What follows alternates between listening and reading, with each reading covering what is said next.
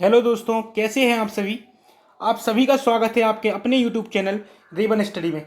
मेरे प्यारे विद्यार्थियों, जैसा कि आप सभी जानते हैं कि हर रोज़ मैं आपके लिए बहुत ही शानदार शानदार प्रश्न लेकर आता हूं, जिसमें आप मैथ को बहुत ही बारीक से सीखते हो कि मैथ क्या होता है और हम किस तरह से मैथ को इस्तेमाल कर सकते हैं इन सवालों को लगाने के लिए। ठीक है, तो बिना समय को गवाए हुए सीधा मुद्दे की बात पे आता हूं। और मुद्दा ये है कि मैंने आपको एक होमवर्क का प्रश्न दिया था जो आपने अच्छे से लगा लिया होगा। ठीक है, बस उत्तर आप मांग रहे होंगे, तो चलो मैं लगा देता हूं और उत्तर भी आपको मिल जाएगा। ठीक है, तो विधि अलग अलग होगी या सेम होगी, देखते हैं क्या होता है। सवाल है कि ए बी और सी एक काम को क्रमशः 15 दिन, 6 दिन और 20 दिन में पूरा कर सकते हैं। ठीक है, ए बी और सी, ए करता है 15 दिन में, बी करता है 6 दिन में और सी करता है 20 दिन में। ठीक है, अब आप इनका कुल काम निकालो। क्या है कुल काम? लासापा लेने से कुल काम आ जाता है, तो 60 आएगा लासापा, 15, 6 और 20 का। तो कुल काम आ गया 60। अब एक एक दिन का काम निकाल लो, निकालो एक एक दिन का। तो भाई 15 दिन में ए पूरा काम कर देता है, तो एक दिन में कितना करेगा? 4। बी 6 दिन में पूरा तो एक दिन में 10, और सी 20 दिन में पूरा तो एक दिन में 3। बात समझ में आ गई। अब क्या हुआ कि ए और बी काम करना शुरू करते हैं। ठीक है, ए और बी ने काम करना शुरू किया और एक दिन में कितना काम कर रहे हैं? 14। ठीक, 14 काम कर रहे हैं मिलके, ए 4 बी 10, तो दोनों मिलके 14 काम कर रहे हैं। और एक्स दिनों के बाद ए काम छोड़ देता है, मतलब एक्स दिनों तक दोनों ने मिलकर साथ में काम किया। तो एक दिन में 14 काम हो रहा है, तो एक्स दिन में कितना होगा? 14x। होगा कि नहीं होगा? बोलो हाँ या ना। हो जाएगा ना। ठीक, अब ए भाई साहब आपके चले गए, क्योंकि बोला है कि ए काम छोड़ देता है। ठीक, अब बोला गया है कि तथा बचा हुआ काम सी, ओनली सी, x+3 दिन में करेगा। अब बचा हुआ काम सी कर रहा है, केवल सी, तो बी की भी मदद नहीं ली उसने, बी से भी काम नहीं करवाएगा अब। ठीक है, तो अगर सवाल में नहीं लिखा है, बी का जिक्र नहीं है, तो हम बी से काम नहीं करवा सकते। कहीं नहीं लिखा ना, बोला है कि सी करेगा बचा हुआ काम और x+3 दिन लेगा, तो बस सी से करवाना है अब। ठीक है, तो पहले तो शेष निकालो कि शेष काम बचा कितना जो सी करेगा। तो शेष काम के लिए क्या करते हैं? कुल काम कितना है? 60 है कि नहीं? ये लिखा ना। उसमें से कितना घटा दो? जितना ए और बी ने मिलकर एक्स दिनों में किया, तो 14x घटाने पड़ेंगे। घटा दिए ना, ये आ गया शेष काम। अब क्या करते हैं? अब मेरे प्यारे विद्यार्थियों, जैसा कि आप सभी जानते हैं कि समय निकालते हैं। ठीक है, समय कैसे निकलता है? कुल काम कितना है, इतना ही तो करेगा सी। ठीक है, तो 60 माइनस कितना हो जाएगा? 60 माइनस 14x, -14x बटे एक दिन का काम कितना है? 3। किसका?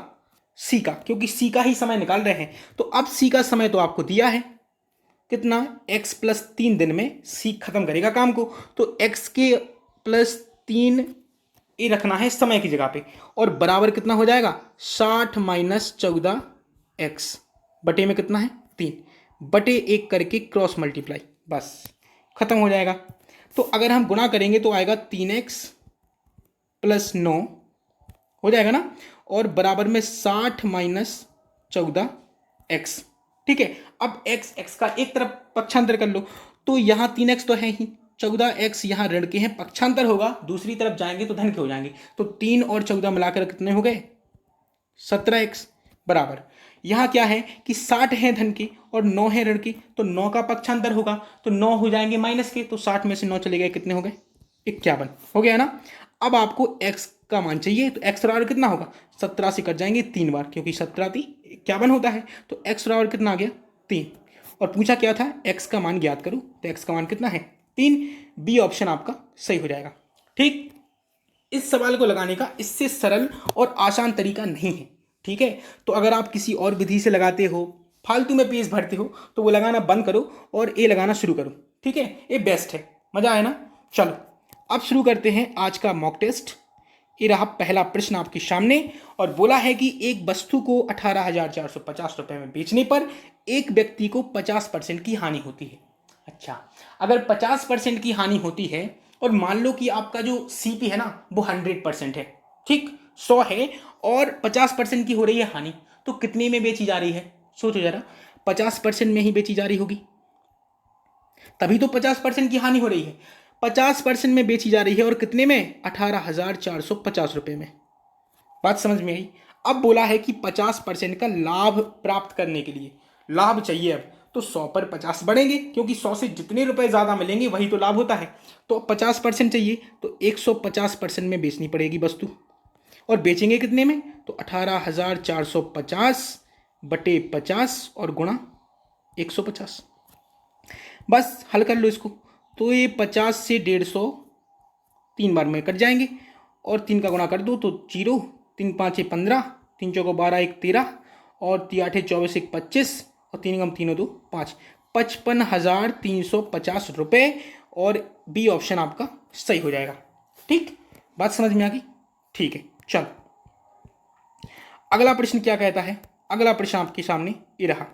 बोला है कि 3 क्रमागत सम संख्याओं का औसत ए है। औसत क्या होता है? औसत होती है बीच की संख्या। ठीक है, बीच की संख्या अगर औसत में ए है तो देखो ए हो गई बीच की संख्या। ठीक, अब 3 संख्याएं हैं तो इस एक से हम 3 बनाएंगे। कैसे? क्योंकि आपको पता है कि जो सम संख्याएं होती हैं ना, वो हमेशा 2-2 के अंतराल में आगे बढ़ती हैं और पीछे घटती हैं, जाहिर सी बात है।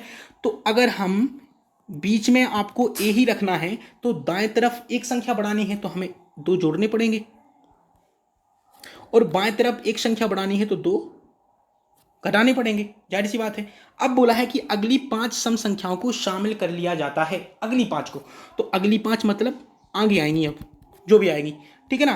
तो अगर आगे आएंगी तो मेरे प्यारे विद्यार्थियों सब में 2-2 जुड़ेगा, तो इसमें जोड़ो 2 तो कितना आएगा? a+4, फिर आगे a+6, फिर आगे a+8, फिर आगे a+10, और फिर आगे a+12। अब तो हो गई ना 5 हो गई। हाँ ठीक है, अब क्या करना है?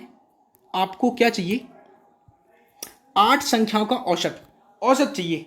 तो देखो औसत क्या होती है? बीच की संख्या। तो 4 कदम यहां से चले और 4 कदम यहां से चले, बीच में यहां पड़ेगा, कुछ पड़ेगा ना, तो वही आपका क्या होगा? औसत होगा। अब बीच में पड़ेगा कितना? तो देखो संख्या कितनी है? 4, और यहां कितनी है? 6। ए तो सब में जोड़ रहा है तो ये आप भी जोड़ दो। अब बीच में 4 और 6 के बीच में कौन सी संख्या आती है? 5 आती ना। खत्म काम, बताओ, इतना सरल। तो सी ऑप्शन आपका सही हो जाएगा, है कि नहीं? बीच में यही तो पड़ेगा, a+4 और a+6 के बीच में क्या पड़ेगा? a+5, वही तो औसत होगा। हो गया, ठीक है ना। चलो अगला सवाल ए है, एक शहर की वर्तमान जनसंख्या 26,010 है।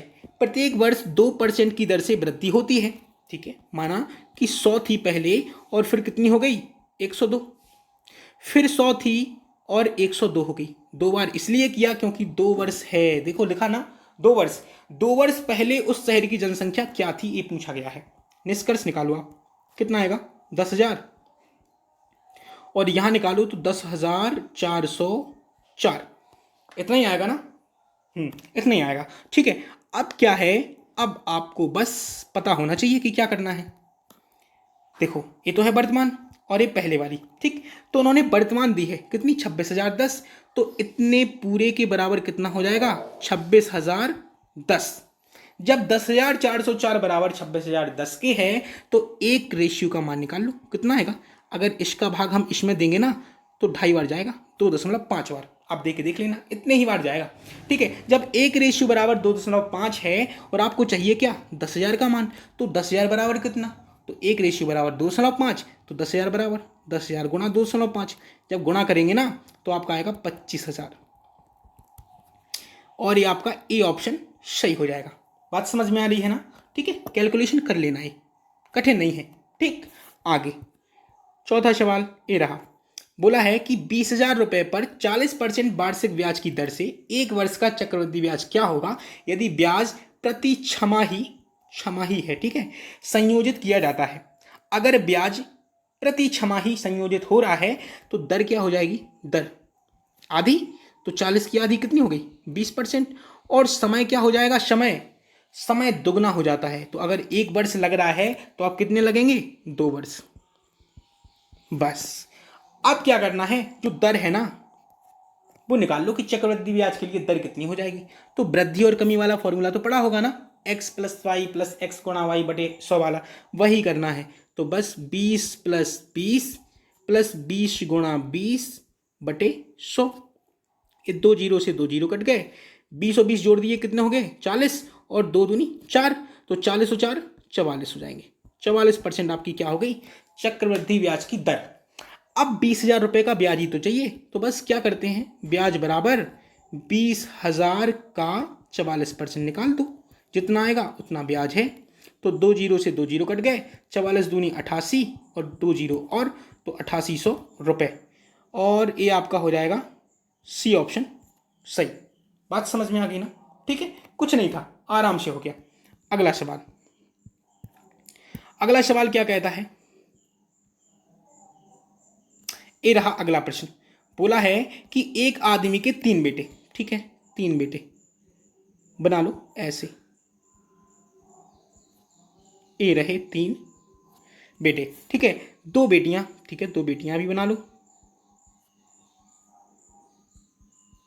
ऐसे, ठीक है, और एक पत्नी, पत्नी को थोड़ा बड़ा बना लो, ठीक है, बच्चों से बड़ी तो होगी ना, ठीक है। अब बोला है कि आपस में उन्होंने 19,000 रुपए की राशि इस तरह बांटी कि प्रत्येक बेटे को मिलने वाले अंश से 1.5 गुना मिले, प्रत्येक बेटे को मिलने वाले अंश से 1.5 गुना किसको मिल रहा है, प्रत्येक बेटी को। तो मान लिया कि अगर प्रत्येक बेटे को 2 मिल रहा है, तो प्रत्येक बेटी को कितना मिलेगा, इसका 1.5 गुना 3, ठीक। और पत्नी को प्रत्येक बेटे से 600 रुपये कम, ठीक है, पत्नी को प्रत्येक बेटे से 600 रुपये कम।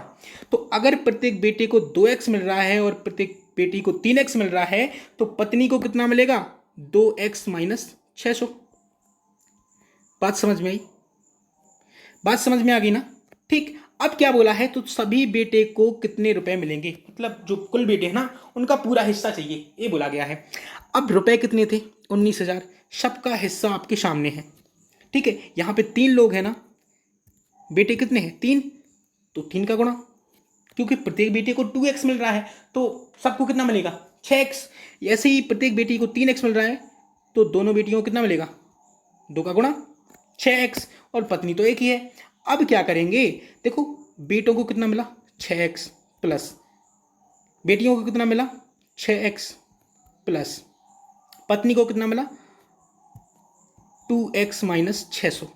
एक कुल रुपए मिलाकर, कुल रुपए के नहीं हो जाएंगे, कितने हैं 19,000। बताओ, अब बस क्या करना है, हल ही तो करना है, तो जोड़ लो, 6 और 6 12 और 2 14 है, कितना हो गया 14x बराबर 600 का पक्षांतर कर देंगे तो 19,000 में जुड़ जाएंगे, क्योंकि ऋण के थे, पक्षांतर होने पर धन के हो जाएंगे, तो 19,600 हो जाएंगे ना। अब 14 से कट जाएंगे 1400 बार, तो x बराबर आ गया 1400। बात समझ में आई, ठीक। अब क्या बोला गया है आपसे, आपसे बोला गया है कि सभी बेटे को कितना मिल रहा, 3 दूनी 6x मिल रहा ना। तो x बराबर अगर 1400 है तो 6x का मान कितना होगा, 1400 गुणा 6 कितना होगा 8400 रुपये। डी ऑप्शन आपका सही हो जाएगा। बोलो हाँ या ना, है ना आसान, इतना आसान तो था, आसानी से हो गया, कुछ नहीं था, है कि नहीं। चलो अगला प्रश्न, ये रहा अगला प्रश्न। बोला गया है कि 6,450 रुपए के ऋण का 4 वर्षों में 5% साधारण ब्याज की दर पर किस वार्षिक किस्त पर भुगतान होगा। अच्छा ऐसी बात है, देखो इसके लिए आप क्या करो, आप मान लो कि आपका जो किस्त है ना वो 100% है, उसका मान किसका, किस्त का, ठीक 100% है। अब मेरे प्यारे विद्यार्थियों 5% है साधारण ब्याज की दर, तो क्या करना है, 4 साल है, 4 वर्ष दिए ना, तो 5% के हिसाब से इसको 4 साल के लिए बढ़ा दो। कैसे, मैं बताता हूं, 100% एक साल होगी और 100% दूसरी साल आई तो 5% बढ़ गई, तो कितनी हो गई 105%। फिर तीसरी साल आई तो इस पर 5% बढ़ जाएंगे तो हो जाएंगे 110, और चौथी साल आई तो हो जाएंगे 115। ये हो गया, कुल मिला दो इनको, कुल मिला दो कुल, तो बीच में क्या करना पड़ेगा, प्लस लगाना पड़ेगा। याद रखना कि आपकी जो किस्त है ना, आपने 100 ही मानी थी। अब जब सबको जोड़ेंगे ना तो 430 आएगा। 15 10 25 से 5 30, हाँ 430%। ये 430% किसके बराबर होगा? कुल ऋण के। कितना? 6450। क्या चाहिए आपको? वार्षिक किस्त। वार्षिक किस्त कितनी मानी? 100%। तो 6450 बटे 430 और गुणा 100 का, क्योंकि 100% का मान चाहिए। तो जीरो से तो जीरो कट गए, ठीक है ना। 43 से काटेंगे तो 43 से कम 43 और 15 बार कट जाएंगे, हाँ 15 बार कट जाएंगे। तो आ गया 100% का मान कितना? 1500। खत्म काम। ये आपका ए ऑप्शन सही हो जाएगा। तो प्रत्येक किस्त का कितने रुपए से भुगतान होगा? 1500 रुपए से। बात समझ में आ रही है ना? ठीक है ना। चल, ये रहा आपके लिए बहुत ही शानदार होमवर्क, ठीक है।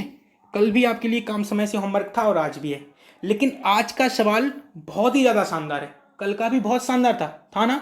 होमवर्क आपको बहुत ही शानदार दिया जाता है और उससे भी शानदार आपके लिए सवाल लेकर आता हूँ, लगाते भी हो आप, ठीक है। तो सीख चुके होगे बहुत हद तक, बहुत प्यारी प्यारी चीज़ें, गणित को इस्तेमाल करना सीख चुके होगे और आप करने भी लगे होगे, मुझे पूरी उम्मीद है, ठीक है। तो बस ऐसे ही शानदार प्रश्नों के लिए जुड़े रहिए आप मेरे साथ, ठीक है। फिर मुलाकात होगी, तब तक के लिए नमस्कार, बाय बाय, टाटा।